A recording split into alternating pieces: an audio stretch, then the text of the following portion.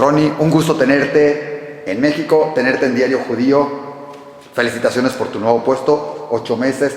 Felicitaciones por la familia también. Toda una gran familia ahí de niñas chiquitas de todo esto. Dime una cosa, empezar brevemente. Sí. ¿Qué es tu puesto en Israel? Porque es algo nuevo que se está dando ahora. Sí. De hecho, hace un año, la División de Portavocería de las Fuerzas de Defensa de Israel decidieron poner un portavoz en español. De hecho, soy el portavoz para la prensa internacional hispanoparlante, también para la prensa asiática, de hecho. Y africana en algún momento. Africana fue en un puesto anterior, en la parte más estratégica. De alguna manera, la idea es dar información oficial contrastada al instante, en español a todo el público. Muchas veces, gran parte del mundo tiene muchas veces los ojos sobre Israel, y la idea es dar ese servicio también, información en lengua madre. Creo que es muy importante porque además a últimas fechas lo que es la propaganda palestina, la propaganda árabe ha sido muy fuerte. Escenas donde vemos a un soldado israelí agarrando a un joven árabe o palestino que parece que lo va a golpear, y cuando ves la escena completa lo está rescatando de otros jóvenes que lo iban a golpear a él o está ayudándolo, pero siempre ha sido muy manipulado en ese sentido. ¿Cómo podemos distinguir qué es real de lo que es manipulado y qué podemos hacer para contrarrestar toda esta influencia que usan mucho los medios para poner además como víctimas a veces cuando no hay víctimas en ese sentido? Al público general es difícil distinguir, son personas profesionales los que lo tienen que hacer. Te cuento, por ejemplo, lo que me pasó ahora durante la última operación Pilar Defensivo. En determinado momento el Hamas publicó algunas fotos de niños diciendo que Israel había atacado y habían muerto esos niños en la franja de Gaza. De hecho, rápidamente una organización internacional, Amnesty International, se da cuenta de que esas fotos habían sido fotos de una masacre que había sucedido durante la guerra civil siria, unas semanas antes. Nosotros lo que hicimos fue rápidamente poner todos la BBC hasta lo sacó de eso, diciendo que eran fotos israelíes, digamos, fotos verdaderas. Nosotros lo que hicimos fue ponerlo rápidamente en el Twitter, en mi Twitter, @capitancaplan, y en ese momento pasaron algo así como 2 horas desde que se publicó la foto en la BBC, y la BBC se retractó y dijo que esas fotos no son fotos verdaderas. Nosotros como Tzal estamos comprometidos con la verdad, es decir, estamos comprometidos con traer información contrastada. Lamentablemente muchas veces el otro lado hace propaganda. Es difícil. De todos modos, creo que el rol del periodista siempre debe ser no ponerse de un lado o del otro, sino traer las dos versiones. Como dice mi abuelo una vez en Yiddish, me dijo, "Ashtek not zweiet", un palo tiene 2 puntas. Está una versión y la otra. De todos modos, claro que hay dos caras tienen la moneda, pero es importante traer esas 2 caras. Mi objetivo es traer esa cara de Tzahal.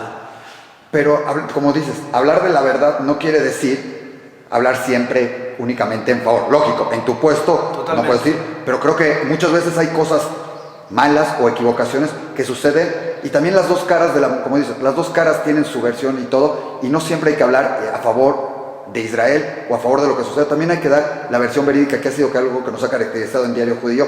¿Cómo lo ven ustedes? Sin duda, o sea, en mi puesto como portavoz, yo traigo los datos, traigo lo que sucedió en el terreno. Definitivamente que pueden haber errores o cualquier tipo de cosa de los 2 lados, y no hay cosa más importante que ser un ser humano, ¿sí? Estar dispuesto a aceptar errores o a lamentar cuando hay algún tipo de error. De todas maneras, eso se magnifica muchísimo en otro tipo de medios.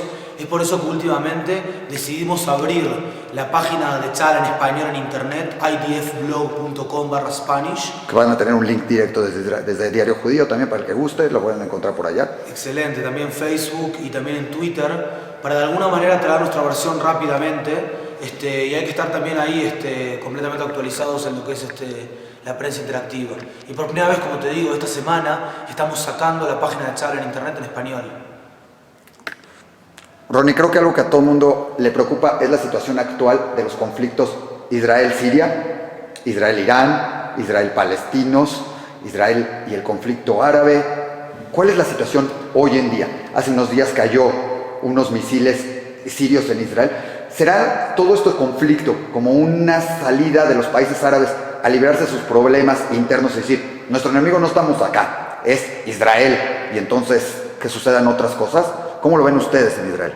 En el caso sirio, sin lugar a dudas que desde el punto de vista histórico, de alguna manera Siria siempre supo sacar en Israel, supo sacar el chivo expiatorio para el lado de Israel, es decir, para aglutinar la población interna dentro del país, que es muy heterogénea. La idea fue encontrar en Israel un enemigo externo. De todas maneras, no hay lugar a dudas que la guerra civil siria es una guerra sumamente encarnizada. Se habla de 70, 80 mil muertos, o sea, cada uno es un ser humano, cada uno es una familia, cada uno es y como te digo, tanto Irán como Hezbollah están ayudando al ejército de Assad para que no caiga. Lo están haciendo a través de un ejército popular sirio, un ejército popular que está financiado por Irán y entrenado por Hezbollah, que hoy en día, como te digo, quiere que Assad no caiga, pero el día de mañana, a la medida que Assad caiga, lo que quiere hacer este ejército popular es tomar control sobre las armas químicas que están en posesión de Assad, tomar control sobre la aviación, la fuerza aérea de Siria, tomar control del arsenal de armas convencionales. Si este tipo de armas químicas caen en manos de grupos terroristas, de grupos menos accountable, menos responsables, eso podría ser un gran problema para Israel. Eso tiene que ver definitivamente con este eje Irán, Siria y Hezbollah. De todas maneras, en la medida que Siria sí caiga, nunca se sabe si acaba de venir después de Assad, va a ser mejor que Assad o peor que Assad para Israel, pero puede ser una buena oportunidad estratégica para Israel en la medida que este eje radical, como lo llamamos, Irán, Siria, Hezbollah y en ese sentido el Hamas, de alguna manera se rompa. A tu pregunta específicamente, creo que Assad ya pasó la línea roja para intentar sacar el problema para afuera. El problema es un problema interno súper fuerte y es mucho más grande de lo que fue en un pasado otro tipo de problemas que pudieron sí ser sacados para afuera hacia Israel como chivo expiatorio. En este caso me parece bastante difícil para Siria. ¿Hay inminencia de una guerra con alguno de estos? No. Hezbollah dijo, hoy, en estos días, también una organización terrorista muy fuerte en Siria dijo que ya le habían dado permiso el gobierno sirio de atacar cualquier evento o territorio israelí como defensa. Sí, ¿Qué implica esto? Se escucha todo ese tipo de cosas. Nosotros entendemos que es un conflicto interno sirio y que son los sirios los que tienen que solucionarlo, y quizás la comunidad internacional tendría que entrar, pero Israel lo monitorea el conflicto y no quiere ser parte de este conflicto. Si hay una inminencia de una guerra, hay que preguntar a los enemigos, pero en lo que respecta a nosotros nos preparamos, estamos preparados para cualquier tipo de eventualidad. Hezbollah hace algo así como 7 años está reforzándose, tiene 60.000 cohetes apuntando a Israel. Hezbollah, este movimiento terrorista chiita en el sur del Líbano, como te decía, tiene 60.000 cohetes apuntados a Israel, metidos adentro de aldeas donde los arsenales de armas, los almacenes de cohetes, los sitios de lanzamiento, los centros de comando y control están al lado de mezquitas, están al lado de escuelas, de niños, de escuelas. Están al lado de hospitales, y en ese sentido están violando flagrantemente el derecho internacional. Pero ahí está el tema, está la amenaza de Hezbollah. Esperemos que no haya una guerra. No hay cosa que más queremos es que haya paz, pero obviamente nos preparamos para una guerra.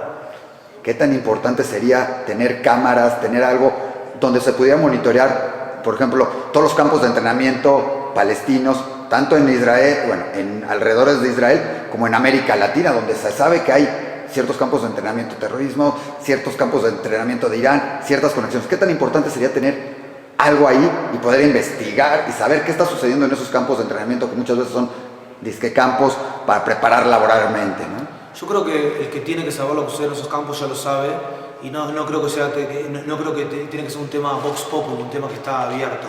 Pero sí, sin lugar a dudas, que el mundo sabe sobre ese tipo de campos de entrenamientos. El mundo conoce también todo el tema de la injerencia de Irán en América Latina. El mundo conoce todo este tipo de cosas. Y los tomadores de decisiones que tienen que saber qué es lo que hay, espero que lo sepan.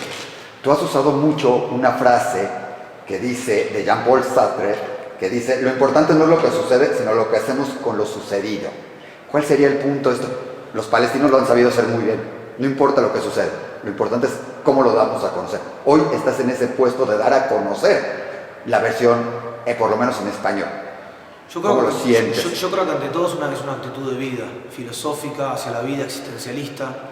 Es decir, si yo como ser humano entiendo que hay un problema y tengo el español y justo estoy en el ejército y justo se abre este puesto, bueno, voy a hacer todo lo posible para estar ahí, para dar esa información contrastada, no para hacer propaganda, para dar esa información contrastada y hacer todo lo que está dentro de posibilidades para influir 100% con la verdad. Estamos haciéndolo 24 horas, 7 días a la semana. Mi esposa no está contenta con eso, pero de alguna manera en ese sentido a eso me refiero, ¿sí? Con una actitud de vida filosófica desde una plataforma existencialista.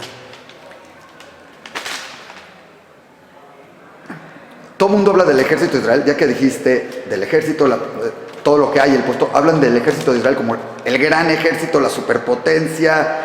Todo el mundo se lo imagina, que no hay limitantes en el ejército de Israel. Pero sabemos, por ejemplo, que hay brigadas y parte donde a los jóvenes que entran al ejército, que ya de por sí es obligatorio en Israel, que tienen que estar, entran, les dan las cosas básicas y hay cosas donde los mismos familiares y padres y gente alrededor se las tienen que lograr conseguir y además aportarlas.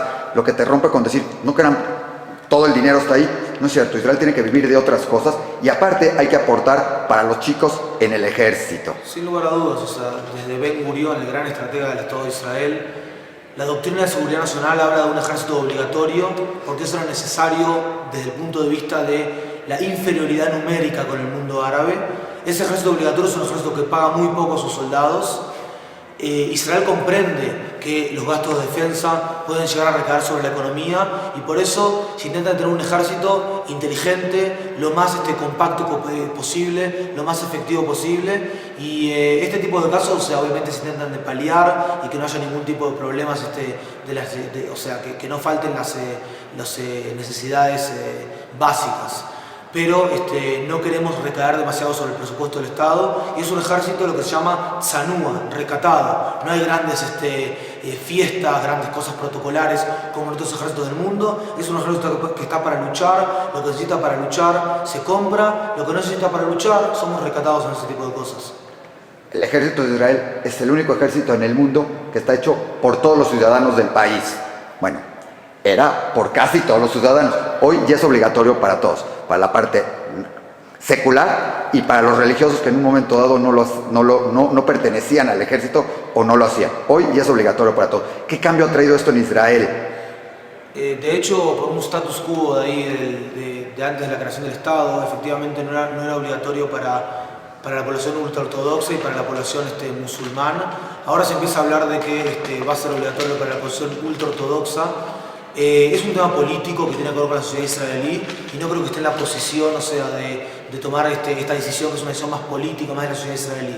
De todas maneras, la idea es mantener al ejército como un ejército de todos, en el que todos aportan, en el que también esta población pueda llegar a aprender un oficio en el ejército y el día de mañana pueda aportar y no que le tenga que aportar a ella, siempre y cuando el ejército le permita a esta población seguir con su modo de vida, seguir con su estilo de vida, si tiene que hacer la tefilá, el tiempo que tiene que hacer la tefilá, y si come una determinada comida, dieta kashrut especial, que coman esta dieta de kashrut, pero esa es la idea, o sea, que todos nos conozcamos en el ejército, como dijo una vez Jorge Luis Borges, el filósofo argentino tan importante allá por los años 70, sobre Tzahal, sobre la Fuerza de Defensa de Israel, vas a luchar con tu hermano, cuya cara no has visto nunca. Muy interesante plática. Si tuvieras que decir algo más del ejército de Israel, algo que has dicho, dijo, tengo que decirlo, tengo que la gente que lo conozca, que lo sepan, ¿qué dirías? La Fuerza de Defensa de Israel son fuerzas de defensa que están compuestas por gente y por gente de la gente más linda que existe en el mundo. Muchas veces eso se ve distinto, completamente distinto.